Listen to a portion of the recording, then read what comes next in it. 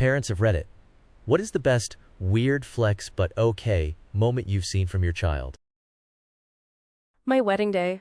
The ring bearer, 5 yo, is meeting one of my groomsmen, 19 yo, for the first time ever. Ring bearer walks up, is introduced, and he responds by going, "I know where your nuts are." And I'm the perfect height to just punch them. Then he just stood there. Edit. Not my child, my brother-in-law. Oops. My bad.